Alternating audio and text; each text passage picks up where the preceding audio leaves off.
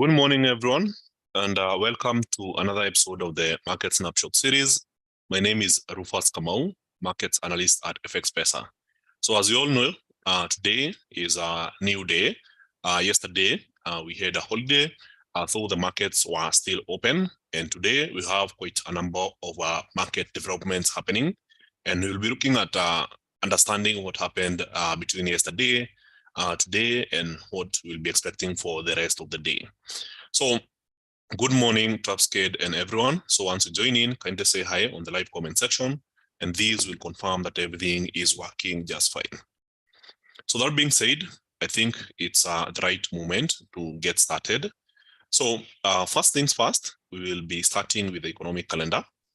Try and understand some of the key developments. And of course, once we do this, we'll know what announcements we're expecting for the day. So on Tuesday, as we mentioned, this was a very vibrant day when we saw Canadian inflation slowing better than expected. CPI month over month came in as expected at 0.4%. Median CPI slowed down to 3.9%. Trim CPI to 3.8%, and of course, common CPI down to 5.2%. So durable goods orders in the US increased to 0.6%, showing resilience in the US economy. And of course, 1.7% for durable goods orders for the US. So the first one is core durable goods orders, and the next one is 1.7% being durable goods orders. So Canadian core CPI 0.4%. That has already been said. Then we had a key survey that is done by the conference board in the US, indicating a consumer survey. This one came in way better than expected at 109.7, which is much higher than the expectation of 103.9, and of course the previous reading of 102.5. So new home sales spiked higher to 763K. So all these data indicating a very strong and resilient US economy, besides looking at inflation in Australia, which came in lower than expected at 5.6%. So in the previous reading, it was 6.8, and of course the expectation was 6.1, meaning that inflation is dropping faster than expected in Australia, following a surprise rate hike in the previous month. So going fast forward, we had a couple of speeches coming up from major central bank leaders regarding central bank policy. This was during the ECB forum for central banking, where in this case, they were focusing on monetary policy in this volatile situation where there's rising inflation. So for most of the central banks, including ECB, the Bank of England, Bank of Japan, and of course, the Federal Reserve Bank of the US, their leaders basically indicated that they are not done with monetary tightening and more rate hikes are on the way. So for ECB President Lagarde, she mentioned that we should be expecting further rate hikes, at least 2 for the remaining part of the year.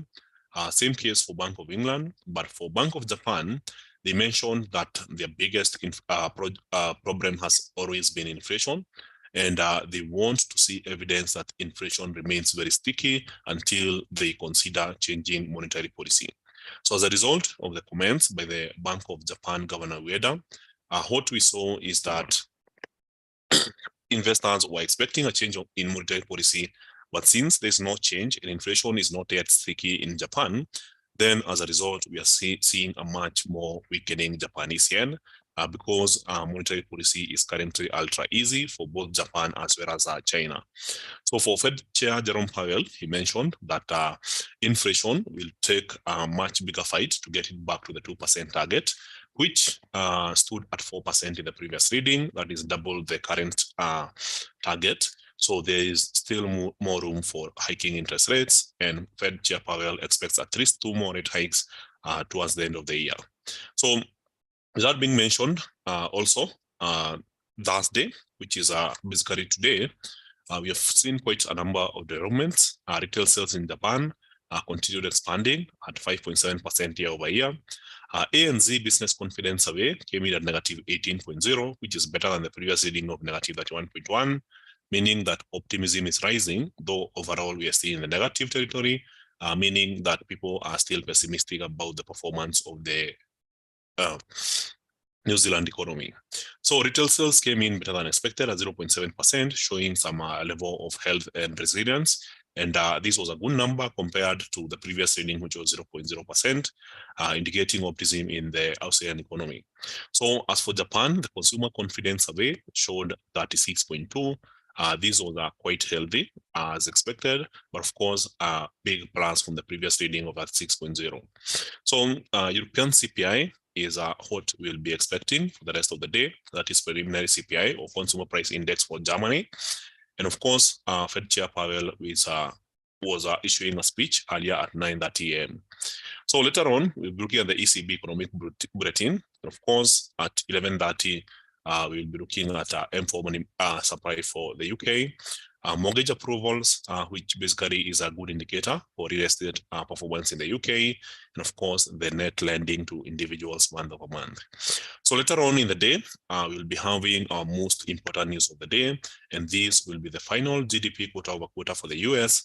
Remember, we've been having a lot of conversations about a potential US recession, and the key indicator is usually the gross domestic product data, or what we call the GDP. So if GDP shows some form of slowdown, then this will imply that chances of a recession are higher. But of course, if it reads something significant as expected, like 1.4%, then this would mean that the US economy is quite resilient and there's no need to worry about a recession this year. So the definition of a recession is usually 2 consecutive quarters of a contracting economy or a contracting GDP. So far, we haven't had that in the US, and it's safe to say that we are in line with expectations. So we'll also be looking at unemployment claims, which came in at 264K the previous week. And in this week, we expect a similar number of around 264K. So if unemployment claims move higher, then this will be consistent with the Fed expectations, and people will not be pricing another rate hike. But of course, if unemployment claims move lower, meaning that the job market is tighter, then it would mean that there is a much higher or increased chance that the Fed will go for another rate hike. So we'll also be looking at the final GDP price index quarter over quarter, and of course, pending home sales and natural gas storage in the US, before we look at a speech at 7:30 p.m. from MPC member Tenreyo, 7:30 p.m. So that's the news for the day. Nothing much is being expected except the final GDP for US and the unemployment claims, which are expected to be quite volatile at 3:30 p.m. And this, of course, is expected to increase volatility in USD pairs. We will also be anticipating a much higher volatility in gold, oil, as well as US equity indices. So that being said, it's time we also look at a summary of what happened during the Asian session. So Asian shares fell on Thursday after global central banks reaffirmed their resolve to beat inflation, warned that rates may need to rise further, while the yen and yuan struggled to lift from lows amid jitters of intervention. So the two economies, that is Japan and China, have been holding interest rates low. China recently cut interest rates, while Japan has been holding interest rates at negative 0.1% for the last couple of years. And this is monetary policy that is bound to create inflation, which is not very healthy for the currency, but it's quite healthy for equities markets. So this may explain why we've had the Japanese stock market index running higher, whereas the Japanese currency has been weakening, and it's a similar story for the Chinese economy. So euro is set for a lower open with both Euro Stoxx futures and FTSE futures of 0.1%. So Wall Street futures are up 0.1%, and as investors await US personal consumption expenditures data on Friday. So this is the Fed's favorite inflation data point. So it will be reported tomorrow, and out of investors will be following through closely to see the reading. So if the indicator shows much weaker inflation, then the Fed could consider holding rates level. But then if inflation remains sticky, then all bets will be on another rate hike in July. So Asia MSCI Broadest Index, that is the Asia Pacific shares outside Japan, fell 0.5% with holidays in Singapore, India, and Malaysia making for thinner trading today. And of course, thinner trading basically means lower volatility. So the onshore yuan eased to 7.2491 per dollar, just a whisker away from 8-month trough, which was hit a day ago.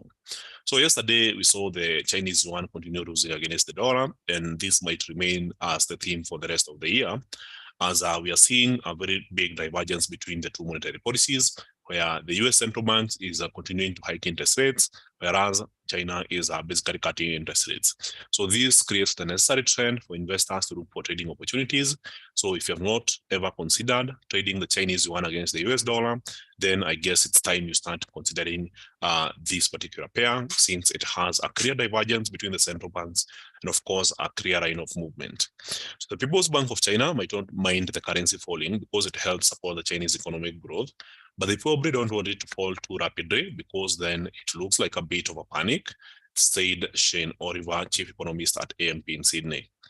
So going forward, obviously the central bank might try to slow that down, but it's like when the tide is going out, they are short of battering the following tide. Overnight, US shares were largely flat. The Nasdaq managed a small gain with support from tech stocks, and Apple closing at a record high while the Dow closed slightly lower.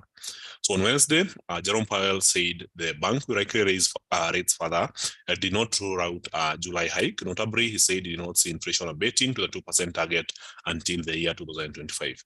So there wasn't really much of a surprise there, which explains why share markets hadn't really fallen that much, despite it being a hawkish message. So indeed, 2-year Treasury yields closed at 4.722% after briefly spiking to 4.778% as bond markets continues to cast doubt on Fed's hawkishness of 2 more rate hikes. They were up to 2 basis points to 4.74451% on Thursday. What this means, especially when you look at the 2-year Treasury yields, investors are not willing to go for longer-term bonds. They are going for the short-term. That explains the yield curve inversion. And at the same time, when you see rates this high for Treasury yields, it basically implies that the economy will be more incentivized to save that rather than investing. So if you have some savings in a money market fund or in a bond, then the yield is quite good. So in this case, you are more interested in backing your money with the central bank rather than investing in risky equities. And this is contributing to the potential that the US could get into a recession sooner than later. So besides these, futures see about 80% chance that the Fed will raise interest rates by 25 basis points in July before holding rates steady for the remainder of the year. So the ECB President, Christine Lagarde, on the other hand, cemented expectations of a 9th consecutive rise in Eurozone rates in July. Markets have all but priced in 2 more rate hikes for the ECB this year. By contrast, the Bank of Japan Governor Kazuo Ueda reiterated that there's still some distance to go in sustainably achieving 2% inflation, the conditions the Bank of Japan has set for considering an exit from ultra-easy stimulus. So the Bank of Japan's dovish policy stance has undermined the yen, which fell 0.1% yesterday. On Thursday, this is today, just a whisker away from the 8-month low of 144.62 hit overnight.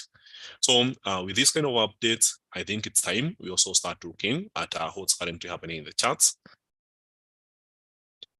So just a moment. We can see the economic calendar. Sorry, guys, I didn't share this, but I hope the message is through. So for the economic calendar, it's pretty easy. So if you go to the economic calendar, you realize that on Thursday, today, we had a couple of news.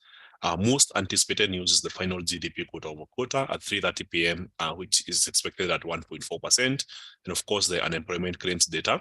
So besides this, we don't have much. Most of the data that we're expecting for the remaining of the week will be Tokyo core CPI on Friday at 2:30 p.m., Chinese manufacturing, as well as non-manufacturing PMI, RBNZ statement of intent, this is the Reserve Bank of New Zealand, and of course, final GDP for the UK, before we look at a CPI flash estimate for the Eurozone, and GDP for Canada, and the most important data point will be the core PCE price index, which is the Fed's favored measure of inflation in the US. So this will be expected to raise volatility in USD currency pairs.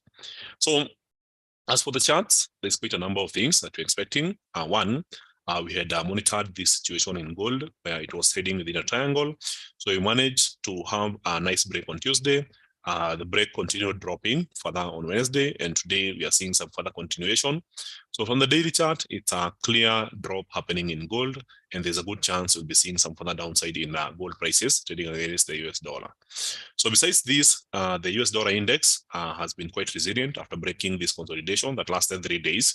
So yesterday, it was pretty bullish. Today, early in the morning, continued moving higher before pulling back down in the last 3 hours. So there is a good chance we'll be seeing some continued bullish momentum in the US dollar index, especially considering the comments by the Fed Chair Powell that he is looking to implement 2 more rate hikes by the end of the year. So in this case, we expect some further upside in the dollar index, which would be quite negative for pound USD.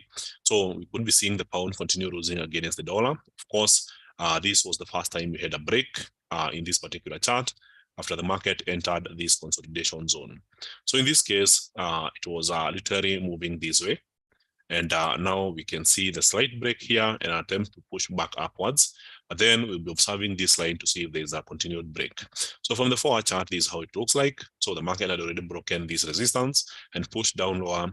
And now there's a good chance we'll be seeing some further downside. So despite the current momentum that we are seeing here, of course, there's that possibility that the market would remain within the same pattern up until tomorrow and get back towards the upper trend line. So this is a thing to observe. So from the last 3-hour, 1-hour candlesticks, it's indicative of some momentum resuming in this market, but this break is not something to ignore. So there's a good chance we could also see the pound USD breaking further downwards. So it's a wait and see kind of scenario where in this case, if the market happens to continue with the momentum, then we basically target the upper trend line. But then if there's a break, then we go down lower. Of course, this was a major support resistance level, which we were expecting to be acting as support. The market didn't quite get to that level, so it's still within prey. So as for the Euro USD, judging by the same case where I expect the dollar to remain strong. So despite the dollar being weak for the last couple of hours, then there's a good chance we'll be seeing some further downside. So the Euro USD has had quite weak. So if I just remove all these accumulated buyers and we now start looking at prices and what has been happening over the last 1 week, then it's pretty clear. If you look at the most recent highs, this is what we are seeing here. This is what we are seeing here. Highs that were getting higher and now they are getting lower. Lows that were getting lower and now they are getting higher. And of course, if you are a price action trader or a chartist, then you know this is basically defined as a diamond pattern. So in a diamond pattern, it's a consolidation zone where overall you can see that price has been moving sideways. So the overall price action here has been just sideways, despite having higher volatility than low volatility. So in this case, the idea is always to go for the breakout. So if the breakout happens towards the upper side, then you go for a long position. And of course, if the breakout happens to the lower side, then you basically go for a short selling position. So it can be a very pretty trading pattern whenever you see it, because it can yield some good reward to risk kind of opportunity. So for the USD card, this is what we are seeing, the dollar breaking towards the upper side after we identified this form of weakness here. So the market was following this prior trend line, where it was consistently going downwards. The lows started getting, they were still going lower, but in this case at a stronger level. And eventually we had a break and the market managed to form a very nice rally here. This was towards the end of the day on Tuesday. Then on Wednesday, some further upside. And today, there's a good chance we'll be seeing some continuation even higher. So now this trend line comes into play. So always keep some of these prior trend lines, especially on longer time frames, and then use them as your new targets. So if I zoom out, you'll notice how the trend line was playing out. So if the market is looking to retest this trend line, then basically it implies that this remains our immediate target if the market continues moving higher. So 1.33562 remains a very nice target for USD card traders if the market continues pushing a higher as projected in the previous session. So of course, if the market was to pull back, notice that this area is a resistance level. So this is the area I'm talking about. So this may explain why the market is struggling to break this area. But when there's a clear break, then this remains a target, 1.33562. So on the contrary, if the dollar happens to be weak and pulls back for the day, then a very short-term break will be expected. And this is within the lines of the previous high that we saw last week. So along this area. So this might be a nice target. In this case, if the dollar weakens, 1.32153. So for USDN, as I had mentioned, we're expecting a break and a continuation higher. So it happened as expected. So for USD JPY traders, it's a clear momentum trade, targeting even higher prices due to the divergence between the two central banks, that's the Bank of Japan and the Federal Reserve Bank of the US. So in this case, I'll be expecting some further upside. So as much as we are seeing these pullbacks, they represent trading opportunities to go for further long side trades. So the only risk that investors are worried about is if the Bank of Japan was to intervene in the currency markets, which would lead to a very sharp drop in this currency pair. As long as that has not happened yet, then the bullish momentum continues. So I will be looking for further bullish positions in this particular chart. So judging from the last couple of lows, it seems like the market will be finding some support along these levels here. So if you see signs of bullish entry along this trend line, then it might make sense to go for a bullish intraday trade. So we already looked at gold, and I expect some further downside. In this case, following the much stronger dollar. So from the daily chart, if we happen to see some form of pullback, then it means that we start looking for short selling positions. So if the market is looking to retest this area here, then we'll be looking for signs of bearish entry.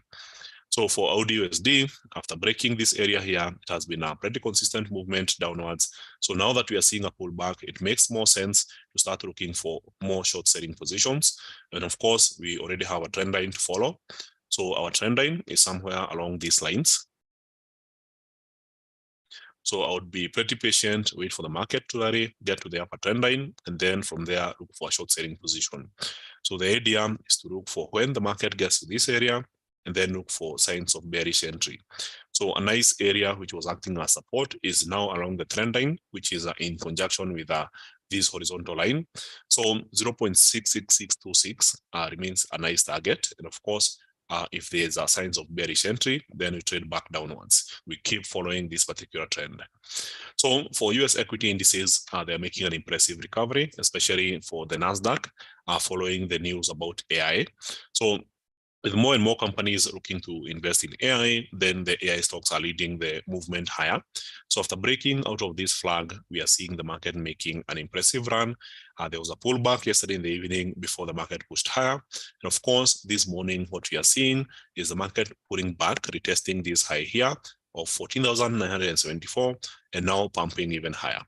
So of course, the immediate target remains the previous high. So around this area, 15,066 remains a very nice intraday target that everyone should be considering right now. So I'm very bullish on US Tech 100, whereas for the other indices, I'm not as bullish as much, but it remains correlated with the S&P 500. So perhaps you'll be seeing some further upside for the S&P 500 traders. But for the Dow, it has been trading sideways. So I would stay off the Dow and focus on the more violent NASDAQ 100. So as for the UK oil, there was a big spike yesterday on the 15-minute chart following the break that we saw here on the triangle. So this was our triangle. Market broke towards the lower side, and now it has made a recovery. And now on the 15-minute chart, what we have here is another triangle or another consolidation here, the market moving sideways since last evening. And from this, it will be very easy for any trader to identify a breakout. So if the market breaks out to the upper side, you go long. If it breaks the lower side, you go short. So in this case, chances are likely that the oil prices will continue to recover. So once we have a break, then our next target would be on the previous high, which is somewhere around $74.95. Or rather $75. So you'll be looking to target $75 for Brent oil if there's a breakout to the upper side, and in this case, rally to this area. Of course, if there's a break downwards, then we target the lower prices. And of course, the previous low was somewhere here, which coincides with these lows for $72.287. So a very easy trade. All you have to be monitoring to do is monitor the charts and identify when the breakout actually happens. So for the US dollar against the Chinese yuan, we are seeing this continued momentum higher. So in this case, any form of pullback represents an opportunity to go for a long trade. So in this case, if the market pulls back, I'll be looking for an opportunity to go for a long trade and enjoy as prices continue moving higher. So besides this, I think the last chart that I'll be looking at is the chart for the Swedish krona. The Swedish bank basically hiked interest rates by 25 basis points early this morning. And as a result, we had a whipsaw in the market for the USD against the SEK. So as a result, these are the charts that we are happening to see.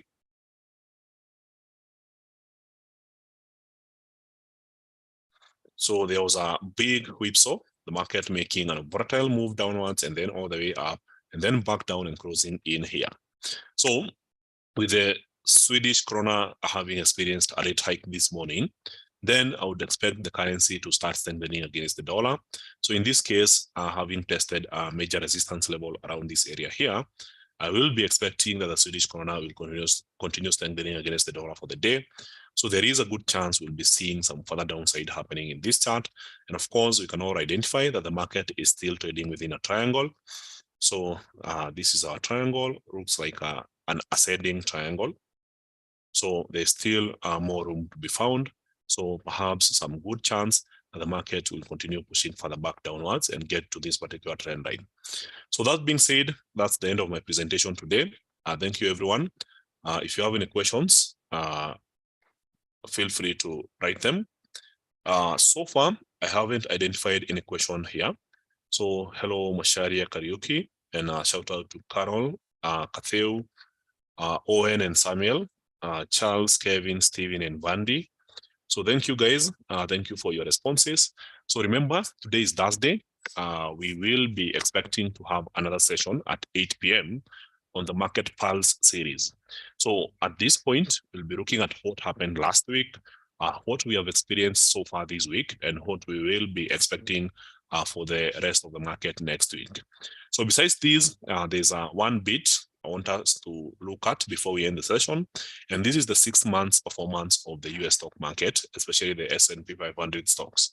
So far, I think the biggest highlight of the year has been NVIDIA, which is up 170% since the beginning of the year, since the big craziness happening in AI is all being supported by majorly NVIDIA microchips.